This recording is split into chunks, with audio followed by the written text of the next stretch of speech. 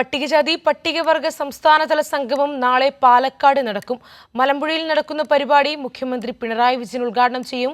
സംഗമത്തിൽ സംസ്ഥാനത്തിന്റെ വിവിധ ഭാഗങ്ങളിൽ നിന്നുള്ള പട്ടികജാതി പട്ടികവർഗ വിഭാഗക്കാരായ 1200 പേർ പങ്കെടുക്കും.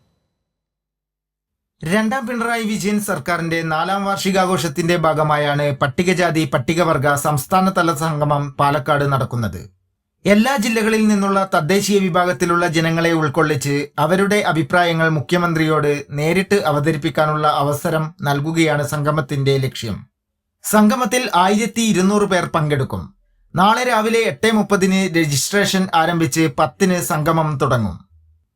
മലമ്പുഴയിൽ നടക്കുന്ന പരിപാടി മുഖ്യമന്ത്രി പിണറായി വിജയൻ ഉദ്ഘാടനം ചെയ്യും. മന്ത്രി OR കേളു അധ്യക്ഷത വഹിക്കും.